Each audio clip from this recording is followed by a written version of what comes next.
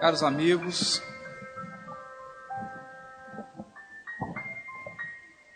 retomando a nossa reflexão sobre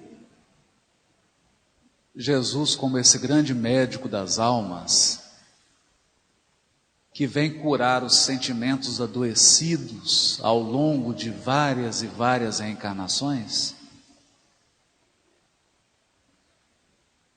nós gostaríamos de aproveitar para agradecer a todos os internautas que estão assistindo pela TV Fergues e pela TV Seara do Mestre. Alguns não puderam vir ao evento de hoje por conta da paralisação, não conseguiram os ônibus e estão agora, nesse momento, na Casa Espírita, assistindo pela internet, no telão, essa palestra. Eu queria mandar um abraço a todos esses corações e dizer que, embora fisicamente vocês não estejam aqui, nós estamos sentindo o calor de todos vocês. Muito obrigado. Gostaria de agradecer também a todos que dirigiram 50, 60, 100, 150, 200 e até mais quilômetros para estarem aqui hoje. Eu já sabia que essa aqui era uma terra de heróis, mas não imaginava que era tanto, né? Parabéns a todos, porque realmente isso mostra o quanto que nós todos estamos com saudade de Jesus e com muita vontade de absorver do Mestre definitivamente essas luzes espirituais que vão promover a verdadeira cura da nossa alma. Nós falávamos, utilizando da metáfora do Emmanuel no prefácio do livro Vinha de Luz, o Evangelho é o sol da imortalidade, que o Espiritismo reflete com sabedoria para a atualidade do mundo.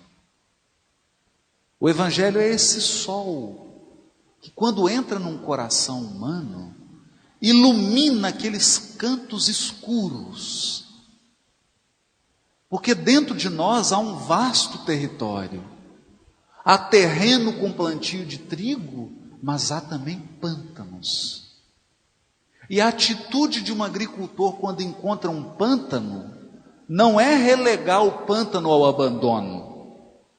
A atitude do agricultor quando encontra um pântano é tratar o pântano. Nenhum de nós deve recuar diante das deficiências, das dificuldades que carrega.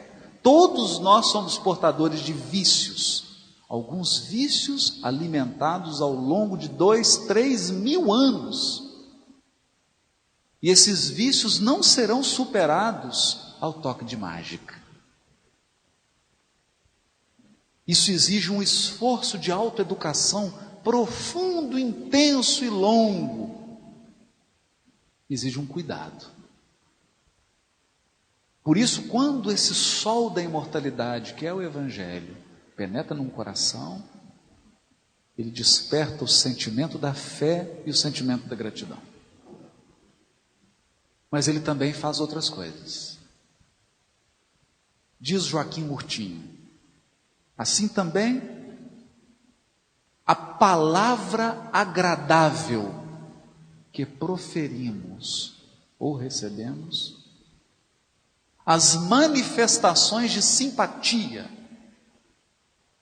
as atitudes fraternais e a compreensão, sempre disposta a auxiliar, constituem recursos medicamentosos dos mais eficientes, porque a saúde, na essência, é a harmonia de vibrações. A harmonia de vibrações. Eu me recordo de um caso, Chico Xavier se dirigia apressado até a rodoviária de Pedro Leopoldo para tomar um ônibus. Mineiro não costuma perder o trem. Quando isso acontece é por motivo de doença ou de desencarne. O Chico então ia apressado. E uma criança chama ele. Chico, Chico. E o ônibus presta a sair e a criança chamando e ele fica dividido.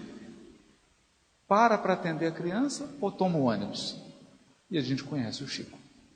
Ele parou para atender a criança. E o ônibus foi embora. Já imaginaram a aflição do mineiro perdendo um ônibus? Mas quando a criança abraçou o Chico, aquela manifestação de carinho desprendeu daquela criança luzes que foram em direção à região cardíaca do Chico e atuaram poderosamente num problema que iria se manifestar mais tarde, quando ele teria uma angina. Ele deu o abraço na criança, perdeu o ônibus e Emmanuel apareceu para ele e falou assim: pois é, perdi o ônibus. E Emmanuel então explicou todo o processo que aquela vibração da criança havia feito no seu corpo físico. Esse é um milagre. Mas sabe que milagre é esse? É o milagre do amor. Quanto nós colheríamos em saúde e bem-estar se nós cuidássemos do nosso tom de voz e das palavras. Já dizia Provérbios de Salomão: há palavras que ferem como uma espada e há palavras que curam como um bálsamo. A palavra é uma força poderosa. Com a palavra, você pode destruir o seu casamento. Só com a palavra. Só com o que você fala. A forma como você fala. O tom de voz que você usa. Mas com a palavra, você pode construir relacionamentos duradouros. Porque se nós usamos a palavra como um bálsamo, essa compreensão disposta a auxiliar, como diz Emmanuel, não opine quando você não estiver disposto a cooperar.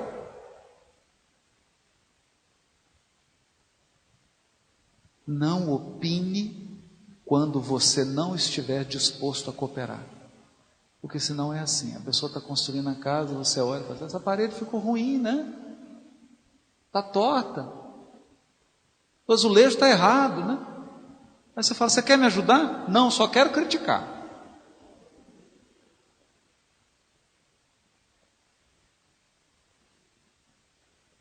E a coisa mais fácil é criticar o que foi feito. Mas diz o ditado popular: a melhor crítica é fazer melhor. A melhor crítica é fazer melhor. Então aqui Joaquim Murtinho chama a atenção para a palavra. E eu me lembro de uma palestra do Alberto Almeida em que ele contava como que são os relacionamentos afetivos. Quando você casa, geralmente o nome que você tem é o nome de um animalzinho pequenininho, não é? À medida que os anos de casamento vão passando, o animal vai crescendo. Os apelidos passam a ser animais maiores. Depois de um tempo de casamento, a sua casa é uma savana africana. Tem rinoceronte, girafa, elefante.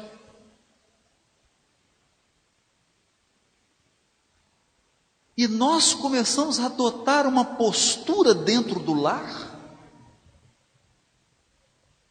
que é uma postura de usar a palavra como uma espada que corta.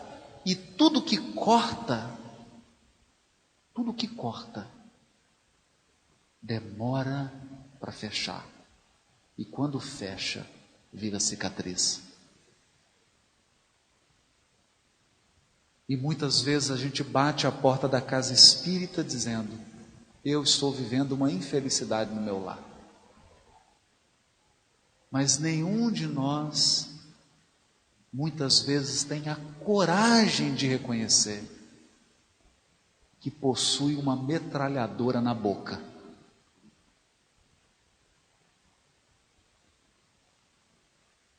É importante isso. Porque toda vez em que nós usamos a palavra para desagradar ou para ferir, nós recebemos uma vibração negativa de alguém que vem e cola como chiclete velho.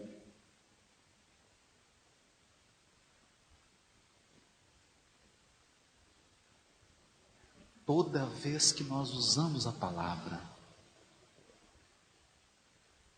para ser agradável, para transmitir simpatia, nós geramos simpatia em torno de nós. E essas são energias poderosíssimas. Poderosíssimas.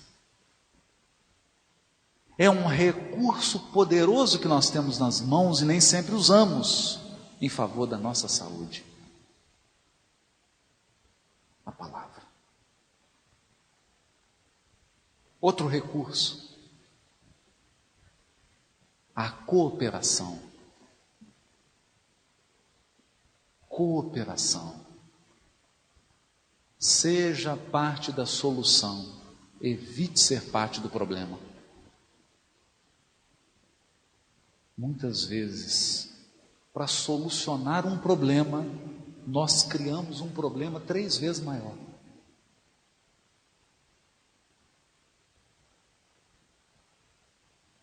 E acabamos sendo um peso para os corações que convivem conosco. Um peso de exigências, um peso de personalismo, totalmente contrário ao Evangelho. Totalmente contrário. Porque aprendemos com Jesus que, se não pudermos auxiliar, é preferível silenciar. Porque às vezes o melhor auxílio que nós podemos prestar é ficar em silêncio. Atitudes de simpatia, atitudes de paciência, são recursos para a nossa saúde. Eu me recordo que certa vez no aeroporto, estava uma fila numa companhia aérea, um problema no voo, e chegou uma pessoa completamente desequilibrada. E ela começou a se dirigir à atendente de uma forma completamente agressiva, completamente provocativa, como se essa atitude fosse contribuir para a solução do problema. A moça, num determinado momento, a atendia com educação, mas a agressividade dela foi aumentando tanto que de repente passou a travar-se uma discussão entre a atendente e a senhora. Quando ela percebeu que a atendente revidava o que ela dizia, ela começou a alterar o tom de voz e aquilo começou a se transformar num escândalo no aeroporto. Nesse momento, eu que estava no final da fila, abaixei a cabeça e falei: é melhor fazer uma prece. É melhor fazer uma prece.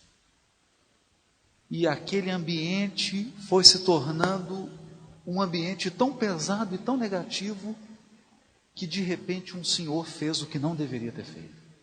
Interviu na situação. Minha senhora, a senhora precisa se acalmar.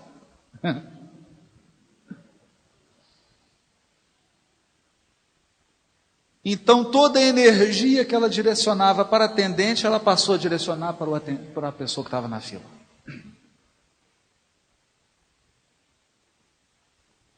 E aquilo se espalhou e não resolveu absolutamente nada.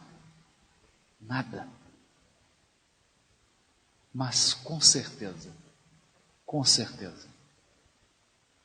não tenhamos a menor dúvida, essa senhora ou já estava doente, ou acabou de contrair uma doença.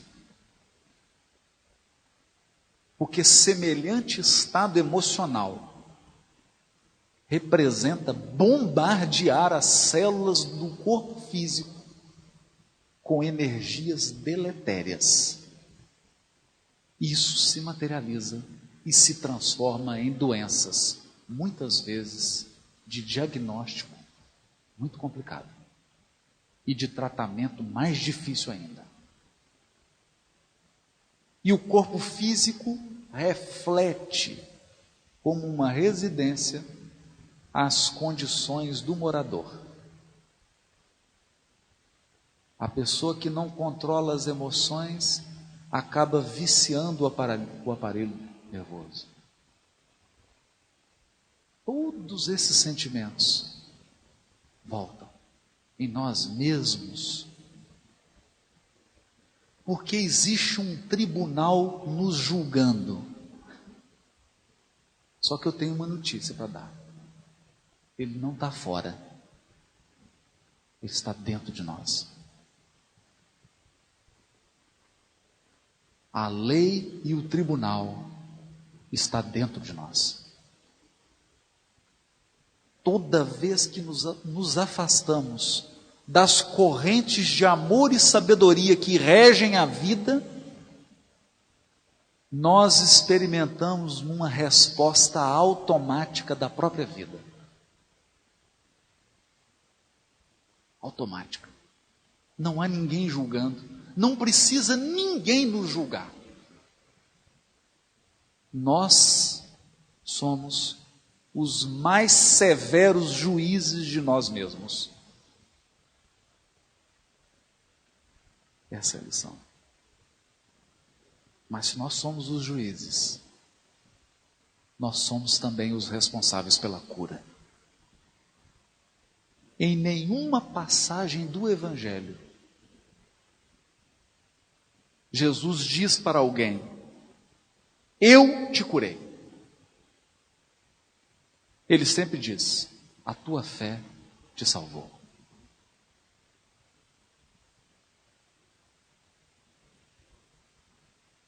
Sempre assim. Vai, não peques mais para que não te suceda coisa pior. E todos que se aproximavam dele, ele perguntava: que queres que eu faça?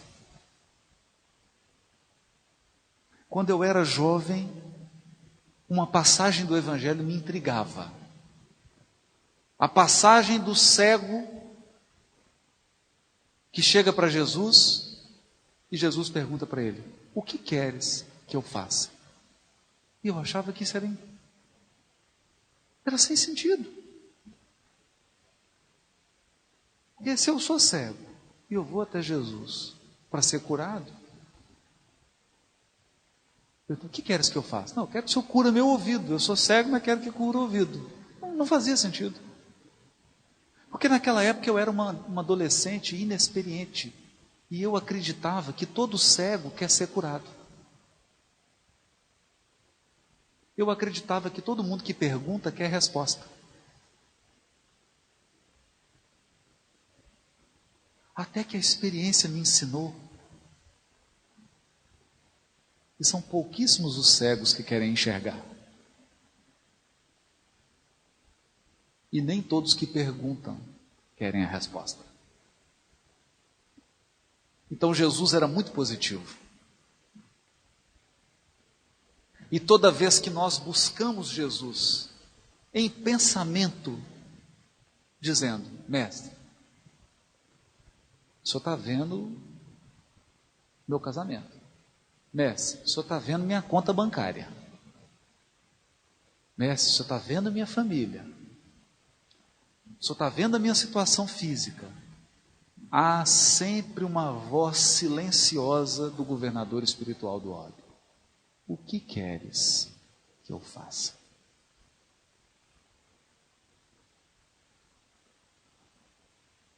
O que queres que eu faça?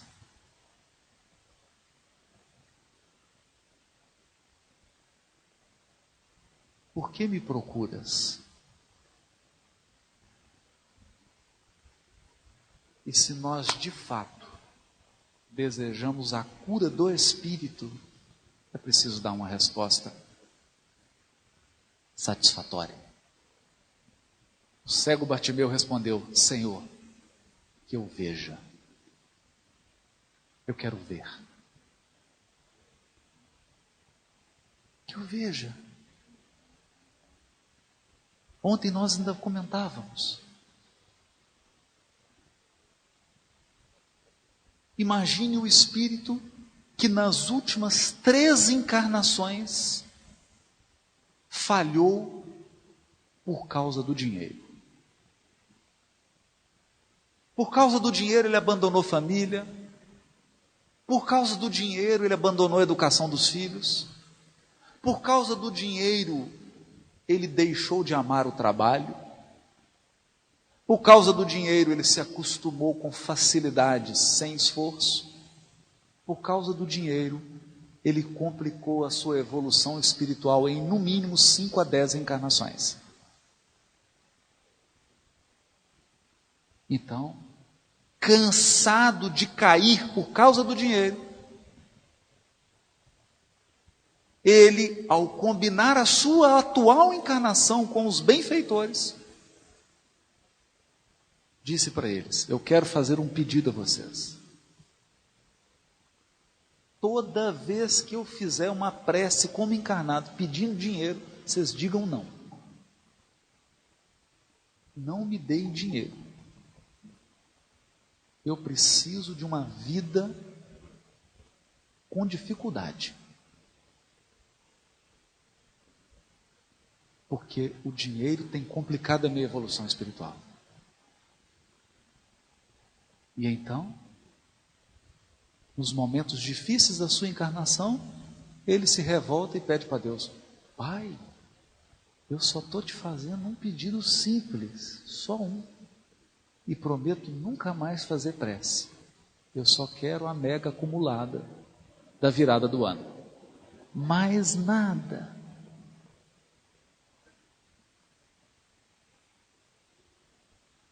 E o pedido chega e o benfeitor fala: não, pode negar, porque ele pediu para negar. Ele assinou um documento aqui. O pedido que ele fez aqui vale mais do que o que ele está lá. Pode negar. Mas se nós pedíssemos visão? E se nós pedíssemos visão? Pai, que eu seja capaz de enxergar meus pontos fracos e meus pontos fortes. Deus, que eu seja capaz de enxergar aquilo que vai destruir a minha vida e aquilo que vai construir. Deus, que eu seja capaz de enxergar o papel de cada pessoa na minha vida, inclusive daquelas que eu não gosto. O que mudaria? Mudaria tudo. Porque a compreensão muda tudo. Quando nós olhamos para a vida com aceitação e compreensão, toda a vida muda, sem que nada se altere. Tudo continua a mesma coisa, mas a vida muda. Porque mudou a forma de viver. E é esse o maior milagre que o Evangelho pode fazer no coração de uma alma. Ele faz com que ela enxergue. Faz com que ela enxergue. E ela passa então a amar as situações difíceis. Certa vez, Francisco Cândido Xavier foi procurado por um grande empresário de São Paulo. Um homem muito rico. Ele parou o carro na entrada do grupo Espírita da Prece. As atividades haviam se encerrado. Estava quase amanhecendo. Ele procurou o Chico e falou assim: senhor Chico Xavier. O Chico: pois não. Eu preciso de uma mensagem do meu filho.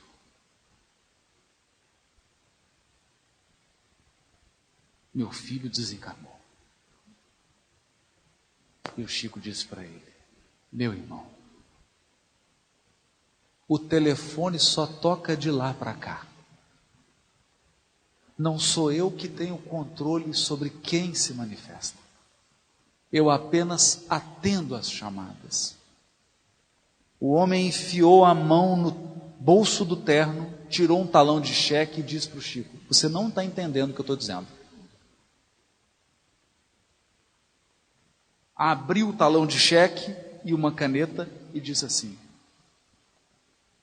quanto custa uma mensagem do meu filho?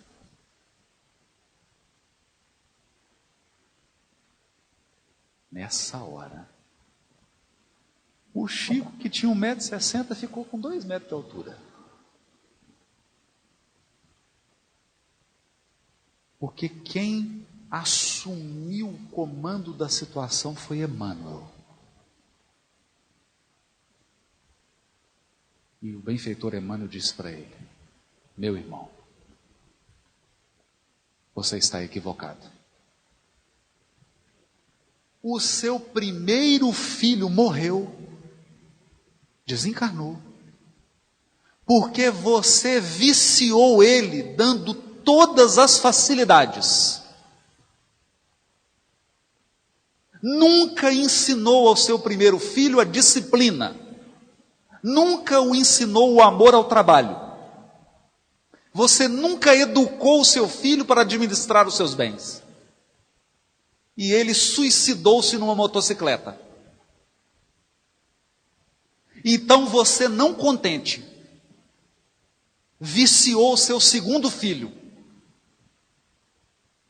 E agora está movendo um processo contra esse motorista de caminhão, sabendo que a culpa do acidente foi do seu filho, que estava alcoolizado, por excesso de dinheiro, excesso de facilidade que você colocou nas mãos dele, e não foi capaz de educar. E agora você chega aqui, achando que o seu dinheiro pode comprar tudo, e querendo novamente viciar os corações com o seu dinheiro. Mas isso não será possível aqui. O homem colocou o talão de cheque no bolso do terno. Entrou no seu carro importado e foi embora. Vamos pensar nisso. Um pai que tinha todos os recursos para educar os seus 2 filhos. E por conta do mau uso dos recursos, falhou na sua missão de pai. E foi o responsável pela morte dos 2 filhos.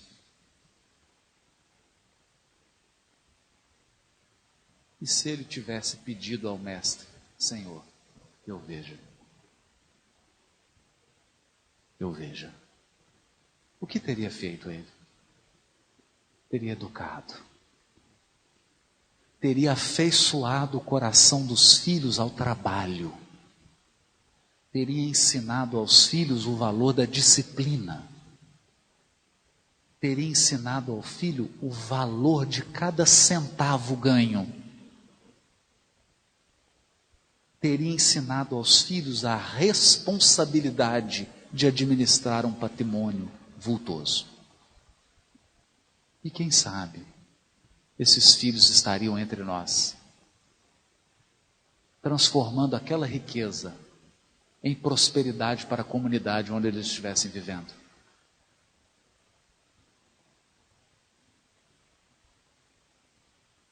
quem sabe não nos falta compreensão. Compreensão de que nós temos todos os recursos, todos, indispensáveis, para cumprir os propósitos nessa atual encarnação. Os Espíritos não se cansam de dizer: o que nós precisarmos será concedido. Eles não disseram o que nós desejarmos. E na oração do Pai Nosso, Jesus disse: qual o filho que pedindo para o Pai um pão, ele lhe dará uma serpente?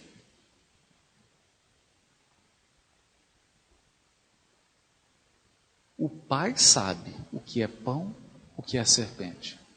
Mas infelizmente, nós nem sempre sabemos.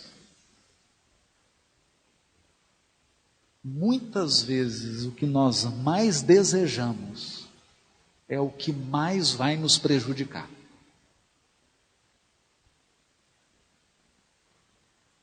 E toda porta que nós arrombamos é exatamente a porta onde vem a maior dose de infelicidade para a nossa vida.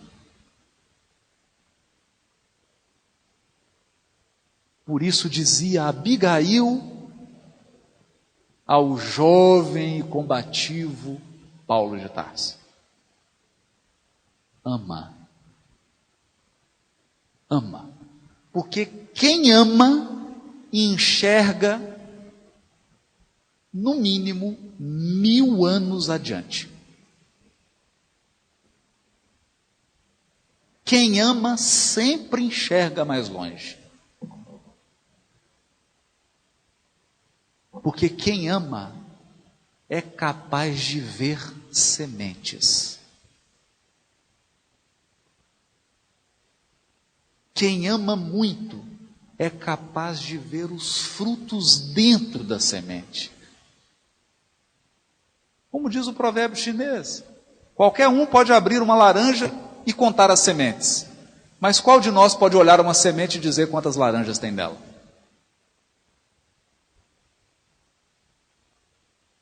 Nós não sabemos. A pessoa que erra hoje ao nosso lado pode de um momento para outro virar toda a sua vida e nos deixar para trás. Dá um salto na evolução.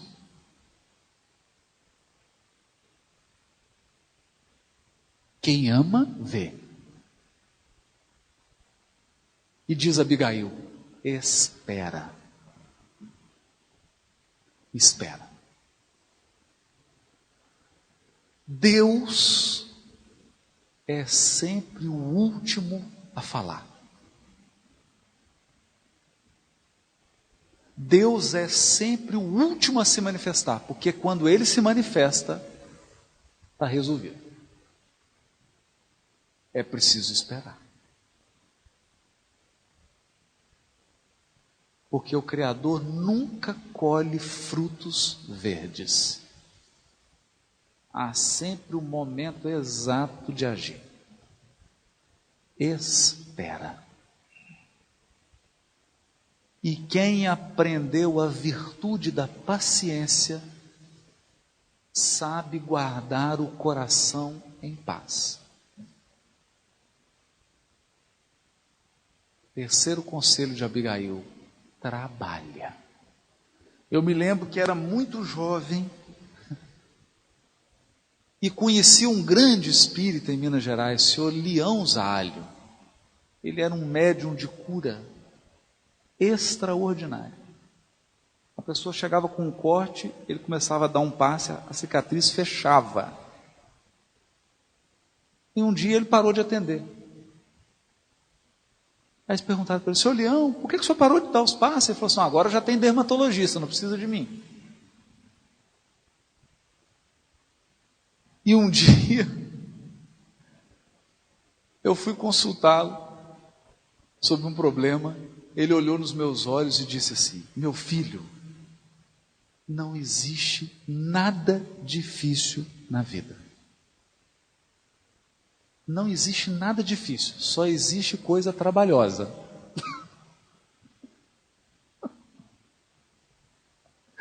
E ele morria de rir, dava aquela risada.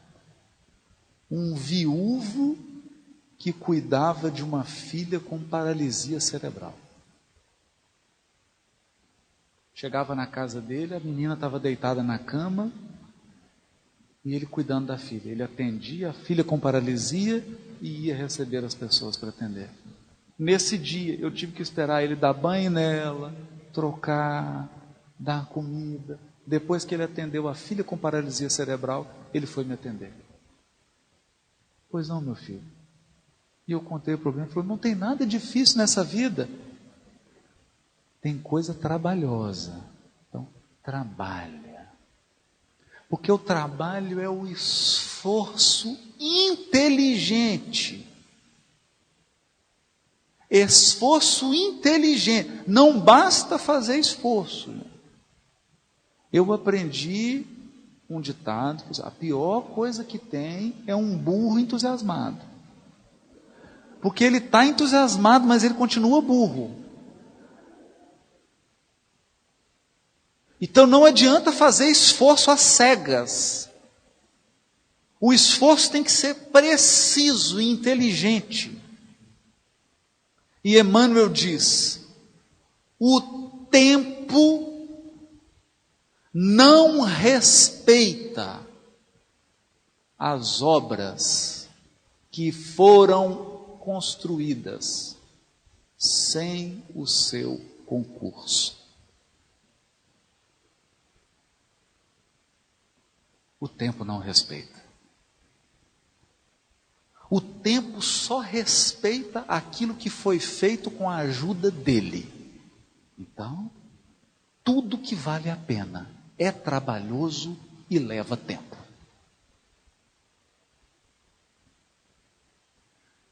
Quando eu li isso, eu fiquei assustado. Anos e anos depois, especificamente ano passado, saiu publicado um livro nos Estados Unidos de um grande repórter, Michael Gladwell. O livro se chama Outliers. Esse homem fez uma pesquisa com pessoas bem-sucedidas no mundo inteiro, no campo da música, da arte, da política, da economia, do ensino, da religião. Não é só sucesso financeiro, pessoas que faziam bem na sua área específica, que se destacavam na sua área. E ele chegou à conclusão, para que você seja bom, não é ótimo não, bom em alguma coisa, você precisa de 10.000 horas. Estatística, 10.000 horas. Antes de 10.000 horas, você não é bom. Eu não estou falando ótimo, não. Ótimo você precisa de mais. É só fazer as contas.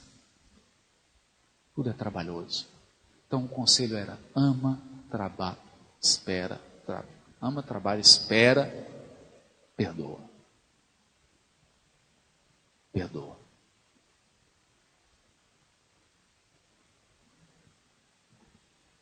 Aqui nós temos que aprender uma lição com Jesus. Se você não quer perdoar, se você não quer perdoar de jeito nenhum, siga o exemplo de Robinson Crusoe. Vá para uma ilha deserta.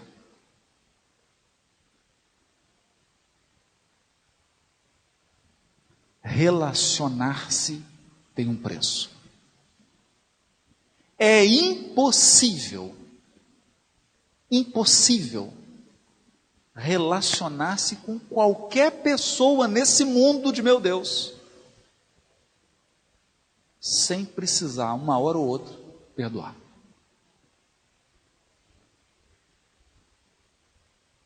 Relacionar-se com alguém, pode ser amizade, relacionamento profissional, comercial, afetivo, qualquer relacionamento. Você será ofendido, magoado e ferido. Não tem escolha. Esse é o preço dos relacionamentos. E quanto mais longo um relacionamento, mais ferida.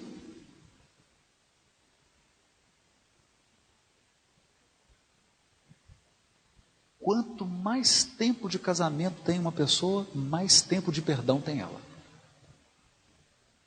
É impossível permanecer casado sem treinar o perdão. Impossível. Só que essa moeda tem dois lados. Tem dois lados.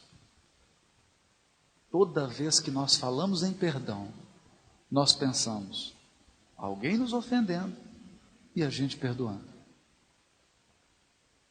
Nós nunca pensamos, eu ofendendo e sendo perdoado. Será que você nunca foi perdoado?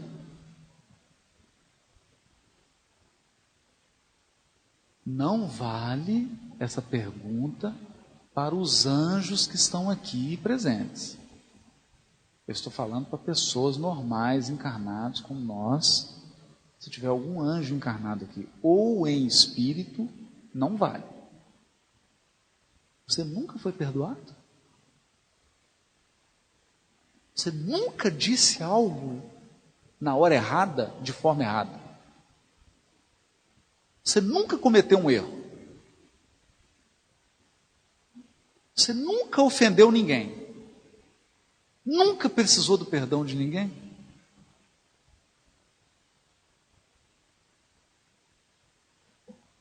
Se você está dizendo que nunca precisou ser perdoado, vamos ter que passar seu caso por uma inspeção. Aí vamos conversar com a sua esposa, com o seu marido, com a sua sogra, com seus familiares, com as pessoas que trabalham com você. Ninguém vive sem perdão. Ninguém. Se você tem um filho, é impossível estabelecer um relacionamento com o filho sem perdão. É impossível ter um relacionamento afetivo sem perdão. É impossível trabalhar numa casa espírita sem perdão.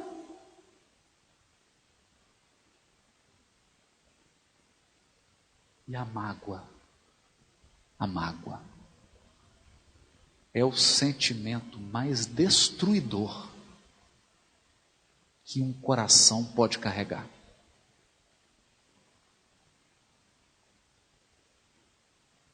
A mágoa, às vezes, é tão destruidora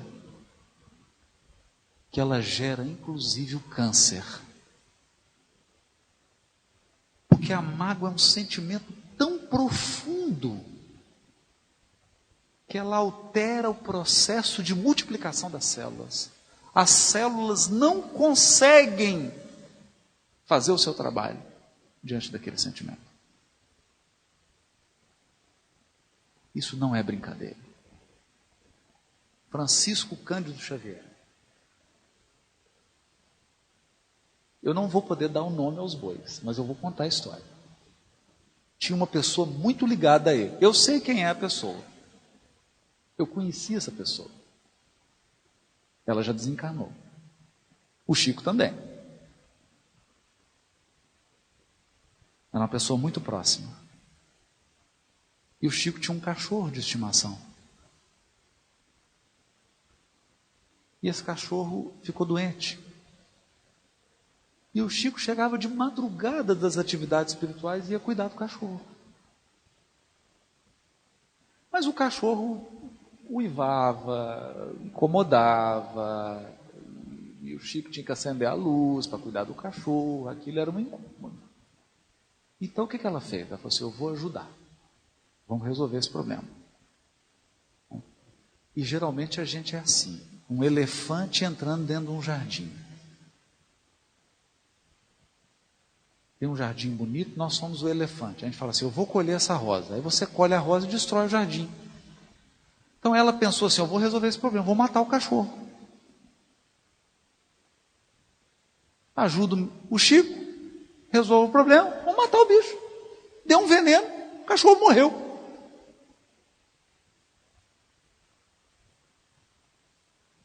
Quando o Chico viu o cachorro, falou: mas o que foi isso? Para te ajudar. Matei. Ele não está mais doente. Está morto agora. E o Chico não falou nada. Mas naquele momento, ele ficou profundamente magoado com a pessoa. E passou 1 mês, passou 2 meses, passou 3 meses. Certo dia, depois da atividade mediúnica, Emmanuel aparece diante do Chico e diz para ele: Chico, aquela mágoa de 3 meses atrás se transformou numa grande sombra em torno do seu coração. Por que em torno do coração? Porque era a parte frágil do Chico. Ele teve angina, teve vários problemas do coração. Nós temos partes frágeis no nosso perispírito. Partes frágeis. Então, qualquer coisinha que você faz, atinge aquela área. A minha, por exemplo, é o estômago. Eu tenho que ficar atento. Qualquer questão emocional que tem, afeta o estômago. Cada um tem sua parte frágil. A dele era do coração. Então Emmanuel diz: formou-se uma sombra no seu coração. E essa sombra vai se materializar em doença. Mas nós temos um problema sério. Nós não estamos conseguindo mais nos aproximar de você e fazer o trabalho mediúnico, porque essa sombra está impedindo você sintonizar com a gente. Aí o Chico assustou. Meu Deus, o que eu faço, Emmanuel? Você vai descobrir o que essa pessoa mais gostaria de ganhar e vai comprar para ela. Ele falou assim: Emmanuel, mas aí já é demais. A pessoa me ofende, eu que tenho que dar presente? O Emmanuel virou para ele e respondeu: a receita não é minha, é de Jesus. Ele falou: então nesse caso eu vou seguir. Foi lá, descobriu o que a pessoa queria ganhar. Qual era o sonho da pessoa? Uma máquina de costura. O Chico fez as contas, o salário dele, o valor da máquina. Era simples. Se dividisse a máquina, 2 encarnações pagando. Sabe aqueles consórcios de 160 meses?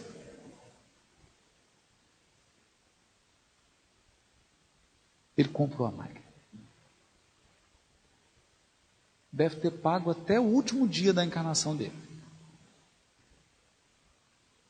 Quando ele entregou a máquina para a pessoa, diz ele que um clarão de luz saiu do peito dessa pessoa, atingiu o peito dele e toda a sombra foi removida. A força do perdão, a força da gratidão. Nesse momento, o Emmanuel apareceu e disse para ele: agora sim, Chico, você experimentou o poder do perdão.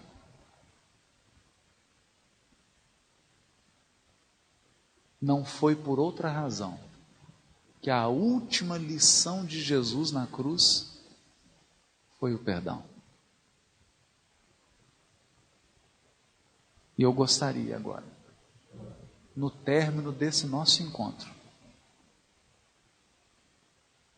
que você voltasse para dentro de você mesmo.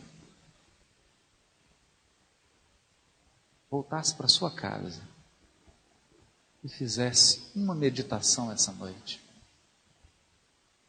Uma meditação. Pensa no seu pai e na sua mãe.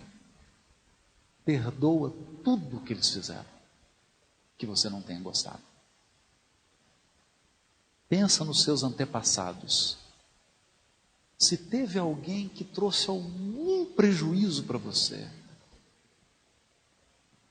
se a sua vida teve alguma dificuldade por causa do seu pai, da sua mãe, etc, etc.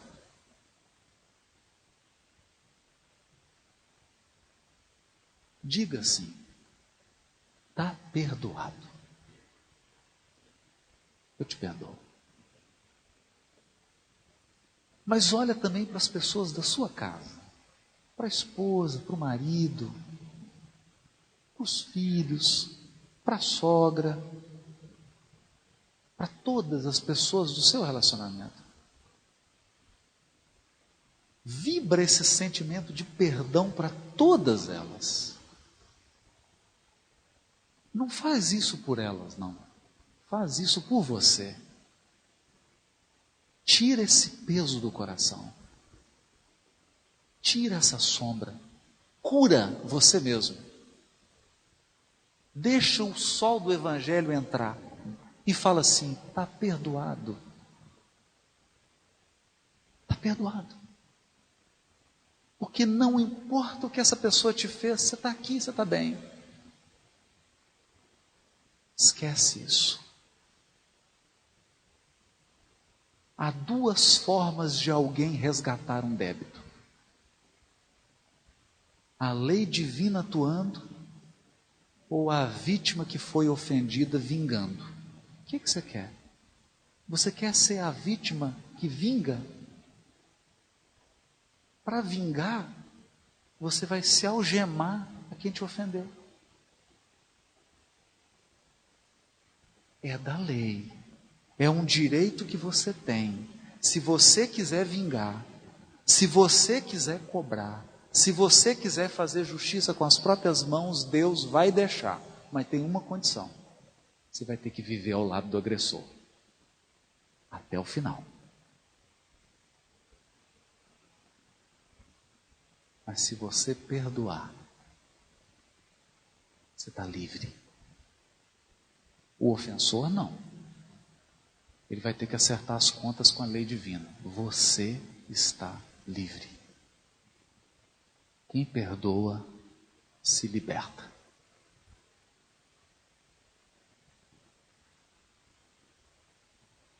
Então, se você esqueceu tudo que você ouviu nessa noite, se você esqueceu quem que é Jesus, à luz da doutrina espírita, quais são as causas da doença espiritual, se você esqueceu tudo, eu queria que você voltasse para casa lembrando apenas do seguinte: se o Evangelho conseguir, até o último dia da sua encarnação, trazer para dentro do seu coração a luz do perdão, a luz da gratidão e a luz da fé, valeu. Valeu essa vinda aqui. Valeu ter lido o Evangelho. Valeu ter encarnado. O saldo é positivo. Então eu desejo a cada coração aqui presente, inclusive para o meu, a luz da fé e da confiança. Vamos entregar a Deus aquilo que lhe pertence. Deixa Ele fazer a parte dele, mas vamos cumprir a nossa. Fé. Vamos aprender a memorizar as dádivas. Memorizar as dádivas e esquecer o que não é bom. E vamos dizer para todas as pessoas que cruzaram ou que estão cruzando o nosso destino: eu te perdoo. Está perdoado. E que o sol da imortalidade possa aquecer o coração de todos nós. E que o médico das almas visite a tua casa hoje. É o meu desejo. Santo Ângelo e região, muito obrigado pela generosidade de todos vocês e obrigado pela experiência que eu pude viver essa noite. Muito obrigado.